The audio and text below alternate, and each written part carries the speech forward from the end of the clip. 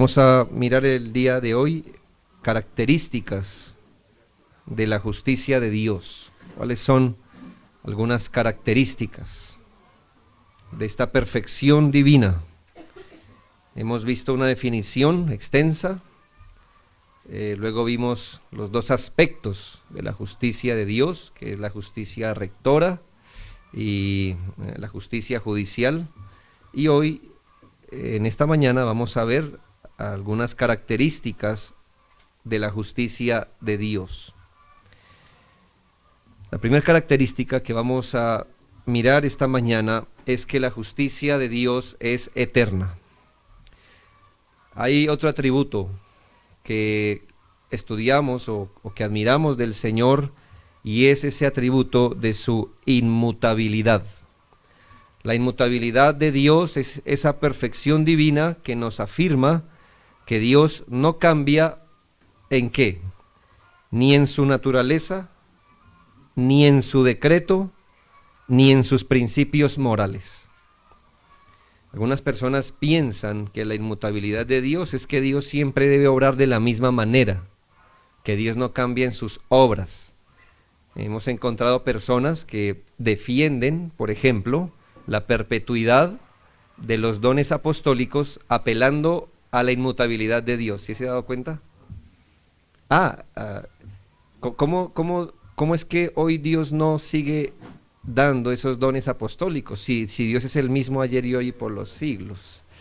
Y claro, obviamente, como todas esas defensas son o toman textos que no sirven para su propósito, porque la inmutabilidad de Dios en la Biblia significa que Dios no cambia en su naturaleza, es decir, en lo que es en sí mismo, no cambia en sus decretos, en sus planes, no los cambia, y no cambia en sus principios morales. Cuando hablamos de la justicia de Dios, estamos hablando que Dios es justo, siempre ha sido justo, y los principios morales nunca han cambiado. Nuestro Dios no ha madurado en justicia, no ha desmejorado en su justicia. La justicia en Dios no es algo anexo a Él, hace parte más bien de su mismo carácter, sin el cual no sería Dios, no sería el Dios que se revela en la Escritura. La justicia de Dios es una y la misma siempre. Por eso podemos hablar de una justicia eterna en Dios, hacia atrás y hacia adelante en la eternidad. Él es justo y su justicia ha estado con Él siempre. Son los mismos en todo tiempo, porque la justicia es la misma en todo tiempo. Y muy importante, queridos hermanos, los hombres podemos redefinir qué es justicia. Los hombres podemos hoy aprobar lo que desaprobábamos, desaprobar lo que aprobábamos, pero Dios en su justicia siempre es el mismo. Muy importante, porque como creyentes a veces intuimos, no es algo que tengamos como teórico, pero a veces intuimos que aún los pecados de los hijos de Dios son de un menor grado. ¿Sí? Muy malo lo que hace el impío, pero el cristiano a veces pierde el peso cuando debemos saber que Dios piensa exactamente igual de nuestros pecados.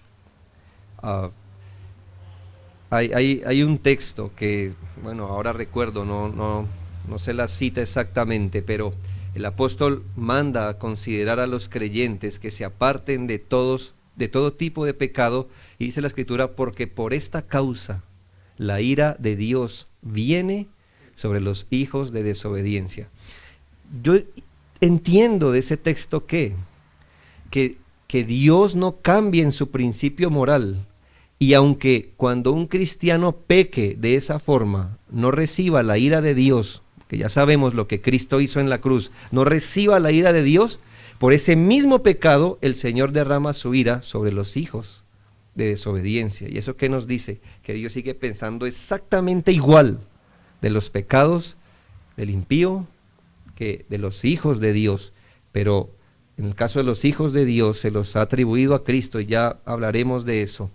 Lo que quiero resaltar, hermanos, es que Dios siempre ha pensado, por así decirlo, lo mismo en todo su sistema de justicia.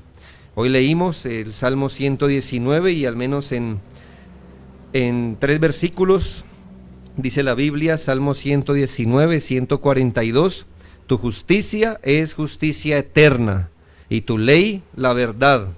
El versículo 144, justicia eterna son tus testimonios, dame entendimiento y viviré. Versículo 160, la suma de tu palabra es verdad, y eterno es todo juicio de tu justicia. Hablamos entonces de una justicia eterna en Dios, como lo son todos sus atributos o sus perfecciones. 2. Segunda característica de la justicia, y es que es equitativa. Cuando hablamos de la justicia equitativa, hablamos de la recta distribución de recompensas y castigos, independientemente quienes sean los objetos que la reciban. Esto quiere decir que el Señor nunca tuerce el derecho. Él no favorecerá o eximirá al culpable ni perjudicará al justo. Recuerde bien el proverbio que dice, Dios no justificará al impío. Él no excusará al impío. Dios no se deja llevar por la posición o influencia de las personas en la aplicación de sus leyes. Todo ser humano tiene ese sentido de la justicia de Dios. Todo ser humano, sea cristiano o no. Pero hay que ver lo que hacemos en la ignorancia pecaminosa para darle satisfacción a la justicia de Dios. Casi que todas las religiones se han hecho para aplacar la justicia de un Dios. Y se ha creado un sistema de ritos, de ofrendas. ¿Por qué? Porque aun cuando el hombre esté oscurecido al Evangelio, tiene un sentido de justicia que él sabe que le toca satisfacer. Ahora, en el peor de los casos, hermano, el ser humano a veces quiere sobornar a Dios o elaborar algo que sirva de palanca para favorecerse ante Dios. El Señor, por supuesto, con Dios no hay sobornos, no hay palancas. La justicia de Dios es imparcial. La justicia de Dios se aplica de la manera más solemne y conforme a su justicia absoluta. Implica un juicio de acuerdo con la verdad. Y muy importante, hermanos, muy importante, porque el creyente debe aprender a mirar la justicia de Dios de esta forma. Quiere decir, hermanos, que como creyentes no nos asombramos si Dios toma la vida inmediatamente de alguien que peca. ¿Por qué nos asombraríamos de eso? ¿Qué nos traería asombro si todo pecado merece la ira y la desaprobación divina? Pero en este mismo, llamémosle, estado estaban los discípulos de Cristo, cuando de repente vienen al Señor como con una gran noticia, ¿no? Como con una chiva, con una novedad, un extra. Y le dicen, sí sabes que unos hombres que estaban huyendo de la justicia, estaban en el templo y no alcanzan a hacer su sacrificio para cubrir su pecado cuando la justicia civil llegó y los mató y su propia sangre se mezcló con la sangre de sus sacrificios. Qué malos, ¿no? Así habrán sido de malos. ¿Y qué dice el Señor? Es interesante cómo Él discierne y dice, estos mis discípulos han perdido la noción. El hecho de ser mis discípulos los ha hecho pensar que son de una categoría distinta. Y Él les mira y les dice, de cierto os digo que si no os arrepentís, pereceréis igualmente. Así que el Señor nos enseña a pensar que la pregunta no es por qué la gente muere o por qué a veces la gente muere inmediatamente comete un pecado. Lo que el Señor les llevó a pensar es por qué ustedes están vivos aún. Esa es la pregunta. No porque esos mueren, sino porque usted está vivo, porque yo estoy vivo. Yo sé, hermanos, y por supuesto que no queremos ser crueles, pero la gente se asombra cuando Dios toma la vida de un niño. No puede ser. Y por supuesto, hermanos, que si un bebé fuera comparado con nosotros, ese bebé es un angelito. Pero quien tomó su vida es el único Dios santo que hay. Y Él nunca tomará la vida de un inocente, pero sí de un pecador. La justicia es equitativa, hermanos. No importa si la persona es un grande o un común. Usted ve en la Biblia castigar a reyes o a gente común, a gente poderosa o a gente débil, a gente rica o gente pobre, ciudadanos o residentes, extranjeros. ¿Por qué? Porque no hay acepción de personas para con Dios. Los hombres podemos pervertir el derecho, pero no Dios. Dios no pervierte el derecho jamás. Éxodo 23, 6 y 7 dice, no pervertirás el derecho de tu mendigo en su pleito. De palabras de mentira te alejarás y no matarás al inocente y justo, porque yo no justificaré al impío. Levítico 19, 35 y 36. No hagáis injusticia en juicio, en medida de tierra, en peso ni en otra medida. Balanzas justas, pesas justas y medidas justas tendréis. Yo Jehová vuestro Dios, que os saqué de la tierra de Egipto. Deuteronomio 1:17. No hagáis distinción de persona en el juicio. Así al pequeño como al grande oiréis. No tendréis temor de ninguno, porque el juicio es de Dios, y la causa que os fuere difícil la traeréis a mí y yo la oiré. Job 34:10. Por tanto, varones de inteligencia, oídme, desde el 10 al 12. Lejos esté de Dios la impiedad y del Omnipotente la iniquidad, porque Él pagará al hombre según su obra y Él retribuirá conforme a su camino. Sí, por cierto, Dios no hará injusticia y el Omnipotente no pervertirá el derecho. Dios es justo, equitativamente justo, y la justicia consiste en ese carácter equitativo también en cuanto a bienes y servicios. Proverbios 16:11.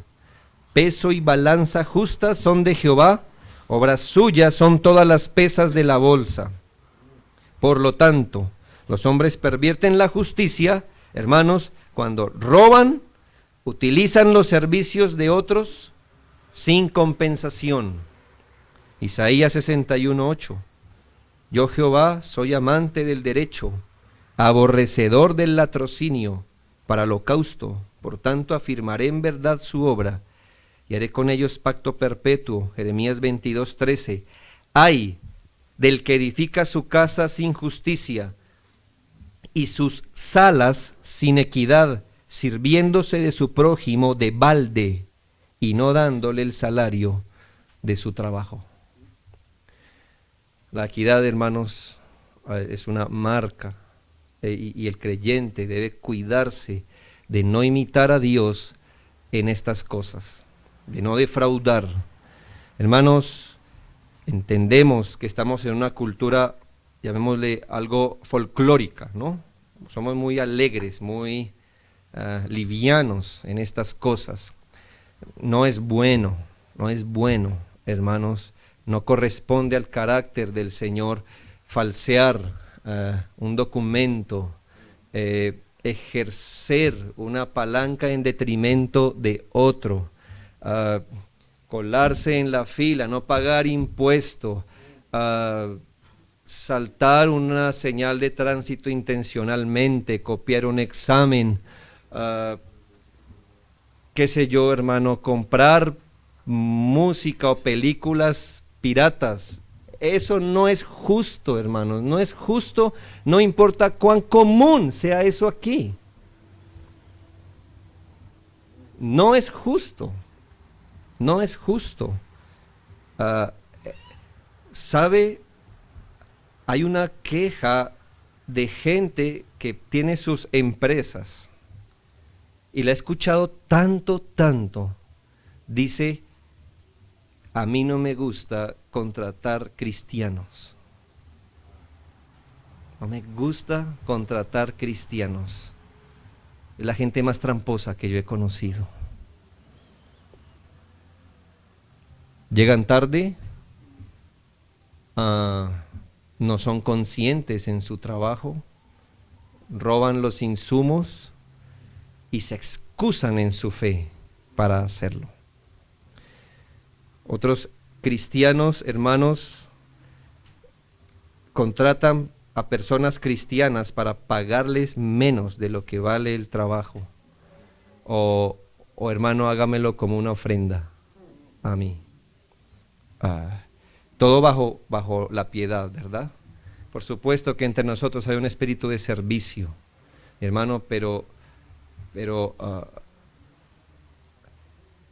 no es justo tomar el jornal o usar más bien el servicio de un cristiano de balde, solo porque es su hermano. ¿No le da eso más dignidad a su trabajo, acaso? ¿Qué tal los hermanos que se prestan dinero y como es cristiano no le pagamos? Ve a un banco, ¿cuánto te van a cobrar de intereses? Lo mínimo que puedes hacer es pagar tu deuda. Y por estas cosas, hermano, quizás son muy culturales, como nos tratamos unos a otros, pero del Señor entendemos que su justicia es equitativa. Es más, hermanos, aun cuando nosotros estamos más prestos a hacer una marcha, un cacerolazo por los impuestos, y bueno, tenemos el derecho constitucional de levantar la voz, etcétera. La Biblia no tiene ningún reparo y nunca nos anima a pelear, sino que dice: al que impuesto. Muy bien, pero dice: paguen sus deudas, especialmente la deuda que todos nosotros nos tenemos los unos a los otros. ¿Sabe cuál es la deuda, según la Biblia, que nos tenemos? Pero el amaros, ahí sí nos exige. Pero ¿qué hacemos nosotros? Siempre vivimos con la deuda de amor, pero el cacerolazo por los impuestos. ¿Entiende? Nuestro sistema de justicia. Queridos hermanos, tal vez usted tenga una empresa y diga: la verdad, si me pongo yo de meticuloso a pagar todo lo que el gobierno dice, mis márgenes de ganancia son casi nulos. Prefiere eso y no contristar el Espíritu de Dios y dar mal testimonio como hijo de Dios, porque toda ganancia que tengas por haber saltado la justicia de Dios no es ganancia de Dios. Estás comiendo tu pan ilegítimo cuando así lo haces. No puedes pensar, ni siquiera orar, dando gracias a Dios por algo que tú sabes que es producto de un ilícito. No puedes hacerlo. Es más, hermanos, ¿puede robar el hombre a Dios? Sí. Pastor Juan Pablo, ¿robará el hombre a Dios? Sí, me habéis robado. ¿En qué? En mis diezmos y ofrendas. Sí, se puede hacer eso también. Tu comodidad, tu dinero disfrutado, habiendo no dado la ofrenda al Señor, es un dinero ilegítimo, es hiel y amargura para tu alma.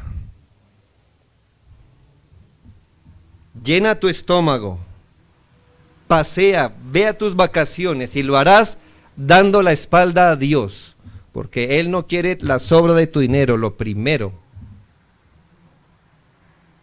Claro, no es que usted deje pobre a Dios, pero sí lo roba en el sentido que roba o sustrae de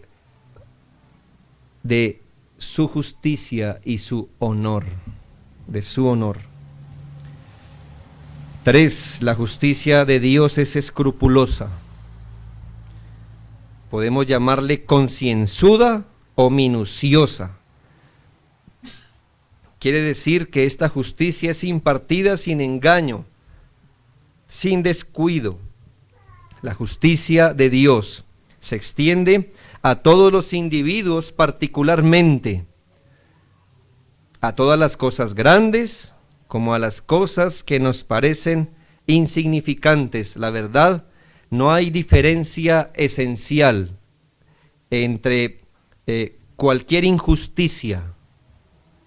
Por supuesto que a nivel social y por supuesto que en cuanto al rango de pecados puede haber mayores injusticias que otras, pero cualquier injusticia es una transgresión al carácter de Dios. Así que la Biblia nos enseña que no importa si la injusticia se da en medidas comunes, como el peso, la balanza, o la injusticia se da en el robo de tierras, por ejemplo. Usted puede leer eso en el capítulo 19 de Levíticos. La injusticia se puede presentar en hechos vergonzosos, como los que nos señala Romanos 1:18. Y todo eso que nombra Romanos 1 es catalogado como injusto, que detienen con injusticia la verdad, esos actos inmorales. No importa si la injusticia se halla en proferir leyes.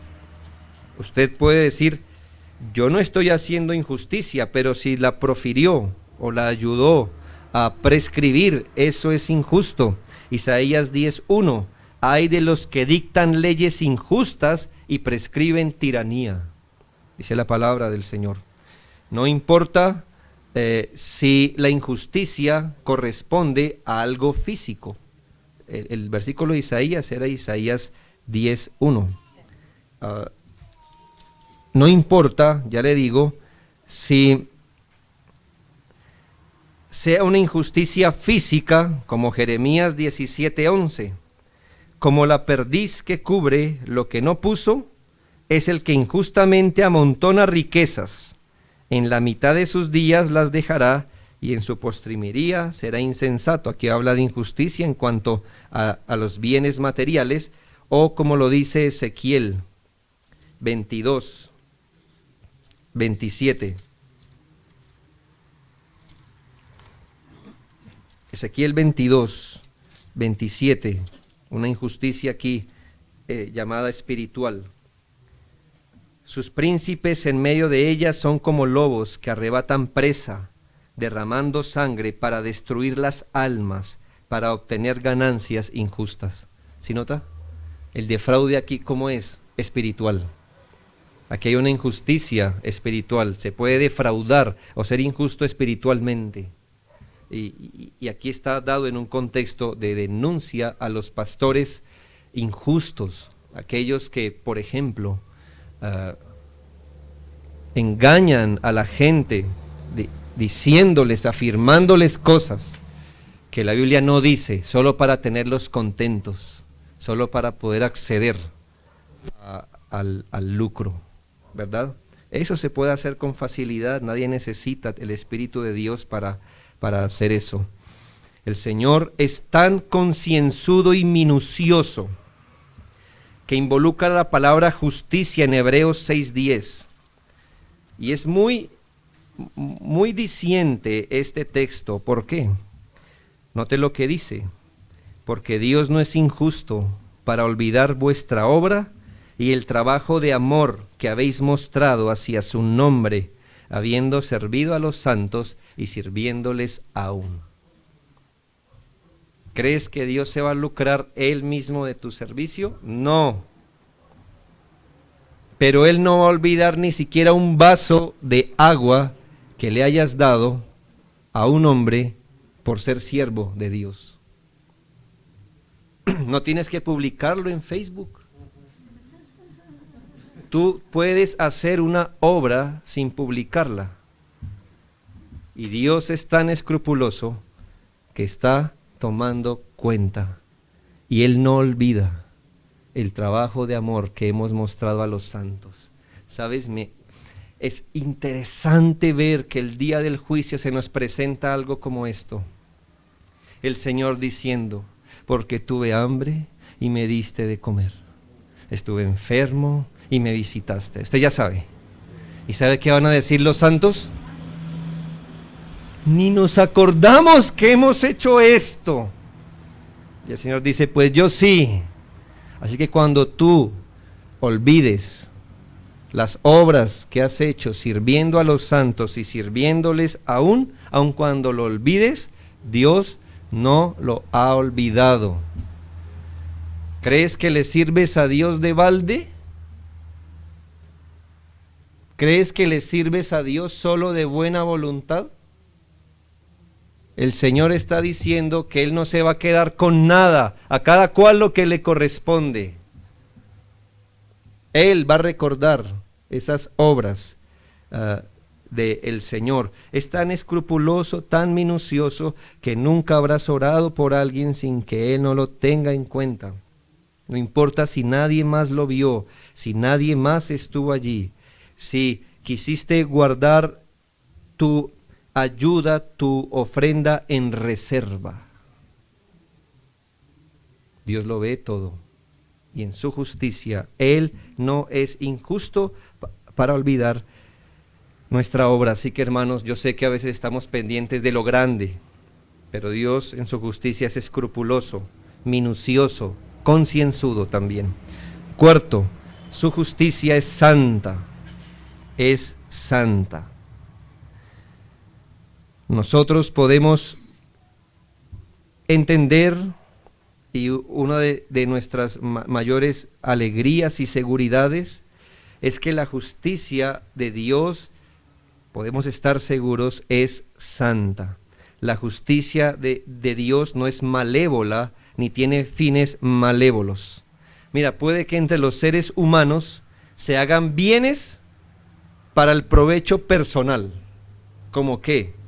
Como quien pone un hospital para pobres solo para enriquecerse. ¿Sí? ¿Está haciendo algo bueno? Claro. ¿Cuál es su propósito? ¿Ayudar a los pobres? No, quieres enriquecerse. A veces pasa eso, ¿no? Aquí en Colombia. De esos que ponen EPS, a veces pasa eso. Y sí, cosas así. A ver. Yo sé que nos queda difícil pensar cómo es eso aquí, pero a veces pasa, hermanos, a veces pasa aquí, donde su salud no importa. Pero, hermanos, cuando vamos a Dios, podemos saber que todo lo que Él manda es santo. No hay algo malévolo, ni de, llamémosle, un provecho personal que Él saque por lo que manda. Job 22, 2 al 4, ¿traerá el hombre provecho a Dios? Al contrario, para sí mismo es provechoso el hombre sabio. ¿Tiene contentamiento el Omnipotente en que tú seas justificado? ¿O provecho de que tú hagas perfectos tus caminos? ¿Acaso te castiga o viene a juicio contigo o a causa de tu piedad? Es decir, hermanos, ¿quién gana en que tú te portes bien? ¿Dios? ¿Dios? Tú mismo. Haz lo bueno y tú mismo eres el beneficiado. Él no se lucra de eso. Como si le dijéramos, Señor, ¿qué tal? ¿Ah? ¿Qué favor te estoy haciendo al portarme bien? ¡Ridículo! Es para ti. Es para ti que lo hice. Job 35, 7, 8. Si fueres justo, ¿qué le darás a él? ¿O qué recibirá de tu mano? Al hombre como tú dañará tu impiedad, y al Hijo de hombre aprovechará tu justicia. Al pensar en la justicia de Dios, hermanos, podemos pensar en una que siempre lleva un motivo y un fin santo. Es el colmo de la oscuridad del pecado, acusar de malicia a Dios o que Él saque provecho particular de la justicia. Mucho peor acusar a Dios de injusticia. Dice la palabra del Señor que su mandamiento es justo, santo y bueno. Justo, santo y bueno. Quinto, la justicia de Dios es comunicable. Cuando tratamos el tema de las perfecciones o atributos de Dios, usted sabe, cuando estudiamos ese tema grande, hay una división entre atributos incomunicables y comunicables. Palabras más, palabras menos, esto es una gran discusión en teología, pero palabras más, palabras menos, los atributos incomunicables de Dios son aquellos que Él tiene de sí mismo y que de ninguna manera puede transferir a la criatura. Por ejemplo, sí, Él es omnisciente. Él no puede participar su omnisciencia a un ser humano. Eso es algo que Él tiene propio. Su autoexistencia, es decir, el hecho de que Él existe y ha existido siempre por sí mismo. Él no fue generado, Él no nació de nadie, Él siempre ha existido. Yo sé, hermano, que usted dice, quién sabe cómo será eso, pero hermanos, estamos hablando es de Dios, ¿no? No de nosotros, así que está bien allí. Y Él no nos puede dar a nosotros eso. Pero hay atributos que Él ha querido participar al ser humano, no al nivel en que lo tiene, pero participarnos como seres humanos y entre otras cosas, eso implica ser hechos a imagen de Dios. Ahora, entre esos atributos comunicables está la justicia. La justicia. No podemos, y en el estado actual no podremos ser tan justos como Dios, pero sí podemos, de hecho, manifestar su justicia porque Él ha dado al hombre el poder, o más bien la característica moral para que el hombre pueda reconocer los estándares de justicia. Ahora, al menos en tres cosas se ve que es un atributo comunicable. Primero, en que la Biblia dice que el hombre fue creado a imagen y semejanza de Dios. En estas cosas, es decir, que como Dios, el ser humano es un ser moral. Podemos, hermano, elaborar teorías tratando de decir que eso no es verdad. Pero todo ser humano es un ser moral en su corazón, aún los niños pequeños. Es interesante que aún antes que puedan teorizar las cosas, ellos perciben de muchas maneras lo que es bueno y lo que es malo a su nivel. Nadie puede traicionar el ser un ser moral. Tenemos un sentido profundo de justicia e injusticia. Tal vez tú no le hayas enseñado a tu hijo qué es la justicia comunicable de Dios, pero si su hermano le quita el juguete, míralo cómo él va a buscar satisfacción a ese hecho. Probablemente quiera tomar la vida de su hermano por el juguete, ¿verdad? Y lo digo en serio. Si tuviera la fuerza de un adulto, ay Dios mío, ¿qué no habría hecho ya un muchacho, no? Pero ¿eso qué indica? Que para un ser humano, así sea pequeño, uno puede decir, es indiferente si a él le quitan lo suyo o no. No, esto no es así. Somos seres morales y tenemos un sentido porque el hombre fue creado a imagen de Dios. Por supuesto que el ser humano cayó en pecado, la imagen y semejanza de Dios no está en él como estuvo en Adán, está hoy distorsionada, pero nunca se le ha quitado.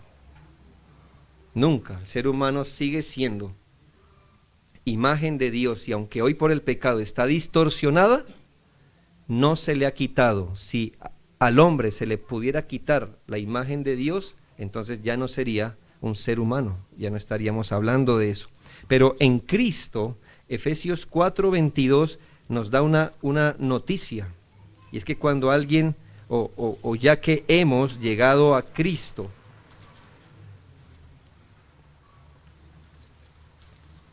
podemos ser renovados a la imagen, aquella imagen espiritual, y note los términos que son muy importantes. 24:22, en cuanto a la pasada manera de vivir, despojaos del viejo hombre, que está viciado conforme a los deseos engañosos, y renovaos en el espíritu de vuestra mente, y vestíos del nuevo hombre, creado según Dios, ¿en qué? En la justicia y santidad de la verdad. Una marca, hermanos, que estamos siendo renovados a la imagen de Dios, es que estamos siendo renovados en justicia, en justicia. Más justicia quiere decir que hay un mayor progreso de la imagen de Dios en nuestro corazón. El segundo argumento de cómo la justicia es comunicable es que el hombre tiene algo llamado la obra de la ley escrita en el corazón, Romanos 2:14. Y por supuesto que hay una discusión si lo que el hombre tiene es la ley o la obra de la ley. Yo prefiero hablar de la literalidad aquí, de la obra de la ley. ¿Eso qué quiere decir? Que por supuesto el Señor dio una ley escrita fuera del hombre y digamos que la puso por escrito en el Sinaí, así la dejó plasmada. Pero esa ley, y estamos hablando específicamente del Decálogo, esa ley previamente, por ser el hombre imagen de Dios, esa obra de la ley está escrita. Ahora, ¿por qué se le llama obra de la ley? Porque no es que en nuestras almas esté específicamente lo que luego se puso en escrito, pero al menos en principio general, o el resultado o el obrar de esa ley sí está aquí. Y aunque un ser humano que no conozca la ley de Dios, tal vez no pueda decir, yo siento como que no debo tener dioses ajenos delante de mí, como que siento que no me haré imagen ni ninguna semejanza. ¿Me hago entender? No, eso no es lo que pasa. Pero la obra de la ley sí está en él. Quiere decir que hay un testigo de Dios en el corazón en todo ser humano que a nivel general sí lo encamina, sí lo encamina a nivel general. Y eso es lo que se llama la obra de la ley escrita en el corazón de los seres humanos.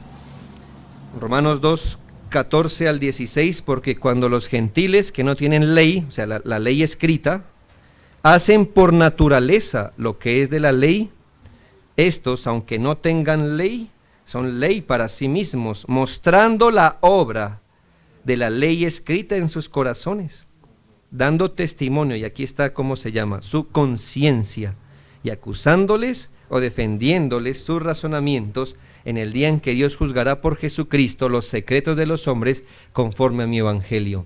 Tal vez usted y yo no sepamos el alcance de esto, pero yo entiendo aquí algo, que si una persona fue completamente ignorante de la ley externa, Dios lo puede mirar a los ojos y decirle, tú sabías. De alguna manera, tú sabías que eso estaba mal. Por supuesto, hermano, que por la oscuridad del pecado, esa obra de la ley puede estar un poco más nítida o menos nítida, pero lo que dice ahí es que el día del juicio, con aquellos que no tuvieron esa ley externa, el Señor va a apelar a su conciencia, diciéndole, tu conciencia te avisaba y te avisaba y te avisaba. Ahora, lo que no quiere decir este texto es que alguien pueda ser salvo a la luz de la obra de la ley escrita en su corazón. Yo he escuchado esto, que gente dice, por ejemplo, aquellos que no han escuchado de Dios. Si ellos se llegan a comportar de acuerdo a los estándares de su conciencia, pueden ser salvos, ¿cierto? Por ahí anda esa idea, llamémosle una loca idea, y le voy a decir por qué es loca. Hermanos, porque todo ser humano, ¿qué es? ¿Neutro espiritualmente? No, es pecador. Ahora voy a apelar a una segunda razón de la experiencia. Hermano, le hablo a usted como cristiano. No solo le hablo a usted como cristiano, sino como cristiano de años. Que usted ha venido a Cristo, que el Espíritu Santo mora en usted. Que además usted ha sido entrenado en la palabra de Dios. Y respóndame esta pregunta, considerando todo eso. ¿Ha pasado por encima de su conciencia? Estando en Cristo, teniendo el Espíritu Santo, teniendo la palabra de Dios, siendo nacido de nuevo. ¿Usted qué me diría? Sí. Aún con todo y eso pasamos por encima de nuestra conciencia. ¿Cómo será, hermano, el que solo tiene su conciencia para actuar? Así que este texto no nos está diciendo que la gente va a ser salva a la luz de su conciencia, pero nos está diciendo que toda la gente va a ser acusada el último día por su conciencia. Tan así, hermanos, que, y aquí es algo muy importante, Dios a veces en su obra despierta la conciencia de la gente, aunque no la despierte para salvación. No recuerdo dónde leí, pero leí esta, no sé si fue una parábola o algo real, pero leí esto, que un asesino había cometido un crimen y nadie más lo supo, así que él mismo enterró al hombre asesinado. Pero al llegar a la casa, él sentía que alguien respiraba muy cerca de él. Y paseaba por la casa y alguien parecía que respiraba muy fuerte cerca de él. Y la noche pasó así, escuchando eso. Cuando él reflexiona y llega en sí mismo, todo lo que había estado escuchando en el día era su propia respiración. Bien, creo que entendemos, ¿verdad? El poder de una conciencia despertada. No siempre que Dios despierta la conciencia o la sensibiliza es para salvación. ¿Qué ejemplo bíblico a usted se le ocurre de alguien? Bueno, más bien Judas. ¿Por qué? Judas, cuando tuvo el dinero, supo y su conciencia se despertó. He entregado sangre inocente. Es más, hizo restitución, ¿no? Yo no me quiero quedar con esto. Pero hermanos, no fue para salvación. Sí, así que hay, cuando la conciencia a veces se despierta, la gente puede autoinfligirse dolor para calmar su conciencia. Y esto puede ser verdad aún en los no creyentes, aunque la mayoría de gente ha encontrado la forma peculiar de lidiar con los gritos de la conciencia. Así que, ¿sí? La droga puede ser, el alcohol puede ser, podemos estar hablando algo tal vez no tan dramático, pero piense en Cristo, sin Cristo, ¿usted cómo lidiaba con los dardos de su conciencia? Tal vez no se emborrachaba, no se drogaba, pero ¿qué hacía usted? De alguna forma resolvimos cómo tratar con esa conciencia, ¿cierto? Algunos la obviaban, la sacaban a un lado, la amordazaban, otros tenían que hacer más esfuerzo, no sé cómo, pero todo ser humano sin Cristo sabe cómo lidiar con los aguijones, gracias, de la conciencia. Si así no fuera, cada ser humano estaría en desespero. ¿Me hago entender? Y por último, el hombre, o en esto se ve que la justicia es comunicable, en que por gracia de Dios algunos hombres experimentan lo que se llama convicción de pecado. Y gloria al Señor por esto. ¿Qué es la convicción de pecado? Es el sentido de la justicia de Dios sobre mi conciencia. Es cuando el Señor permite que la justicia de Dios, que siempre ha sido lo que es, llegue con fuerza a mi conciencia. Y eso es lo que se llama convicción de pecado. Es cuando el alma, por gracia de Dios, se juzga a sí misma basado en la justicia de Dios. Es cuando nuestro corazón nos acusa, pero no solo nos acusa con la justicia de Dios y nos trae la ley de Dios y ese espejo. Hay espejos, se ha visto que por la falta de uso, no sé qué es lo que le sale, como un hongo, como moho, que parecen como nublados, pues. Está el espejo, pero usted no se ve allí. Pero la convicción de pecado es cuando el Espíritu de Dios limpia ese espejo de la justicia de Dios y limpia sus ojos de ese moho del pecado y lo para a usted allí. Y creo que todo cristiano hoy puede testificar de ese día y que a partir de ese momento cómo le fue pesado lidiar con eso. Cuando parece que por primera vez, ya lo sabíamos, pero fuera como por primera vez, usted dice, yo soy pecador, ay de mí, como hizo Isaías. Ese sentido, ese profundo sentido de no solo saber generalmente, sí, soy pecador, pero decir, yo soy pecador.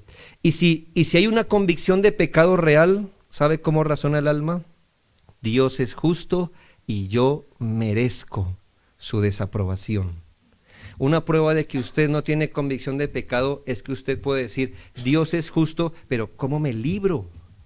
¿Cómo justifico mi injusticia? La convicción de pecado es distinta en el hecho que el pecador se rinde. La justicia de Dios le hiere y él cae rendido ante la justicia de Dios. Todos, por supuesto, sabemos que somos pecadores, que tenemos una relación con la justicia de Dios, pero cuando llega una convicción de pecado, ese sentido es profundo, sabemos que hemos pecado, que merecemos castigo, pero sobre todo hay una relación con la santidad de Dios que nos deja profundamente avergonzados. A veces es más fácil apelar a su experiencia que definirlo en palabras. ¿Qué es convicción de pecado? Pero ya usted entiende. Pero esto lo hace el Espíritu de Dios cuando trae como una flecha la justicia de Dios sobre nuestra conciencia. Y ahí vemos nuestra incapacidad para satisfacer la justicia de Dios. Por eso no es extraño y es natural que la persona que tiene convicción de pecado inmediatamente vaya a Cristo. Porque él mismo se descalifica a sí mismo. Él dice, estoy descalificado, no tengo ningún recurso.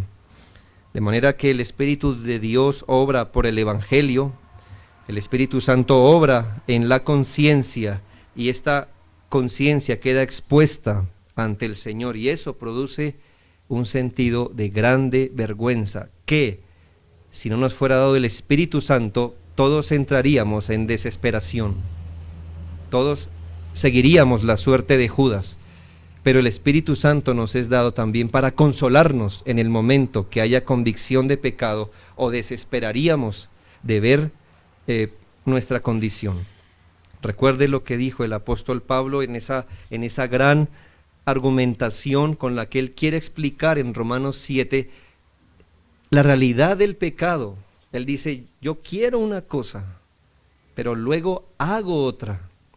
Y entonces me parece que convivo con dos humanos adentro, con uno que quiere el bien y que le es fácil hacer el bien, pero otro me jala y a veces veo que él gana. Y usted lo nota ahí como desesperado, ¿no? Y llega a decir, ¿quién me librará? ¿Nota hasta dónde nos lleva la convicción de pecado? ¿Quién me librará de este cuerpo de muerte? Pero ahí no acaba. Mire el consuelo del Espíritu. Pero, gracias a Dios por Cristo. Y ahí usted comprueba que hay una convicción de pecado, la que no tuvo Judas, pero la tienen los hijos de Dios. Hermanos, se espera que el hombre renovado ande en todo camino de justicia. Quiere decir, hermanos, que todos aquellos, todo ser humano tiene que andar en los estándares de justicia, porque estamos pisando el mundo de Dios. Y así como todo ser humano, sea cristiano o no, está sujeto a las leyes de este mundo, o alguno puede decir, como yo estoy enemistado con Dios, yo no voy a hacer caso de la ley de la gravedad, porque eso es para los cristianos que se someten a la ley de Dios. Entonces vaya al cañón donde nos llevaron ayer y bótese, a ver si Dios no le hace valer la ley de la gravedad a usted, sea o no cristiano. Y es que yo a veces veo que el impío asume esto, la ley es para los cristianos. ¿Verdad que ustedes no pueden robar, no? ¿Verdad que ustedes no pueden mentir? Usted puede voltearlo y decir, usted tampoco. Así que quería decir que todo ser humano está obligado a andar en la justicia de Dios, todo ser humano, todo, eso no es para los cristianos, eso es para todos, pero se espera de hombres renovados que andemos en los caminos de justicia, donde la imagen de Dios está siendo renovada, hay una imitación de la justicia de Dios. Esa es otra forma de decir que un hombre renovado se va a pegar más a la ley de Dios, porque la ley de Dios es un reflejo del carácter de Dios, ¿sí? Somos los creyentes los que empezamos a verle sentido a las leyes de Dios. Donde está el Espíritu de Dios genera un andar en justicia. Y podemos leerlo en Primera de Juan 2:29. Si sabéis que Él es justo, sabed también que todo el que hace justicia es nacido de Él. Primera de Juan 3:7. Hijitos, nadie os engañe. El que hace justicia es justo, como Él es justo. Versículo 10. En esto se manifiestan los hijos de Dios y los hijos del diablo. Ay. Juan es así, ¿no? Juan es así. Dice, solo hay dos grupos, hijos de Dios, hijos del diablo. Y bueno, ¿qué nos va a decir aquí? Todo aquel que no hace justicia y que no ama a su hermano, no es hijo de Dios. Ahí lo deja, ¿no? Entonces, ¿de quién es hijo? Bien, eso nos lo deja a nosotros resolverlo. Y Primera de Pedro 4:15, unas hojas atrás, y con esto terminamos. Primera de Pedro 4:15 dice, así que ninguno de vosotros, cristianos, padezca como homicida, como ladrón o malhechor, o por entremeterse en lo ajeno. Pero si alguno padece como cristiano, no se avergüence, sino glorifique a Dios por ello. Hermanos, si usted sufre por hacer justicia, A mí también me han parado los policías de tránsito, hermanos, ¿cierto? Y ellos empiezan a buscarle la charla, ¿verdad? Y hablar de la economía y cosas así. Y uno dice, ¿qué me estará queriendo decir? Yo puedo sufrir menos. Yo puedo sufrir menos esa situación, ¿verdad? Pero puedo sufrir como cristiano. Recuerdo que una vez iba llegando a Bogotá en mi moto y adelanté un carro por la berma, por la parte, sí, por el espacio que hay. Yo era totalmente ignorante de esa ley, porque hasta hace un tiempo la habían puesto. Me dijo, ¿usted no sabe que andar por la berma está mal? Dije, no, por eso lo hice. Y bueno, pues yo no lo quiero perjudicar. Dije, no, pues habría una solución, que me deje ir. Y bueno, él era buscando, dijo, me tocará hacerle el parte y que le levanten la moto a los patios. Yo venía a una conferencia de servir al Señor. Hermano, si eso es, levante la moto y haga el parte. Sí. Pero lo digo, hermano, es muy práctico, pero prefiera sufrir como un cristiano y no llegar a casa, a donde su esposa y sus hijos, y decirle, mi amor, me libré de un comparendo, pero no le demos gracias a Dios, mi amor, porque lo que hice fue muy malo. ¿Me hago entender? Mire cómo daña la conciencia, cómo es esto. Hermanos, suframos como cristianos, si fuera el caso. De hecho, eso ya es nuestro privilegio, sufrir como cristianos. Oremos, hermanos. Oh Padre, síguenos criando como tus hijos pequeños, Señor, como esas ovejas imprudentes en este mundo.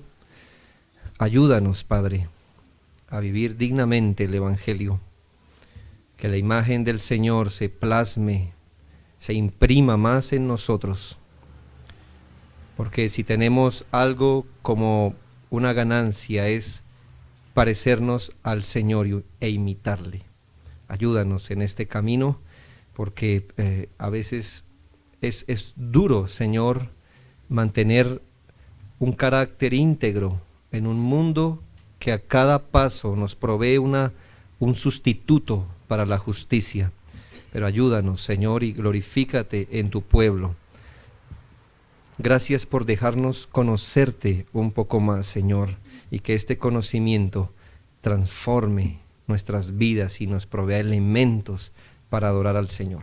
Oramos en Cristo Jesús. Amén y amén.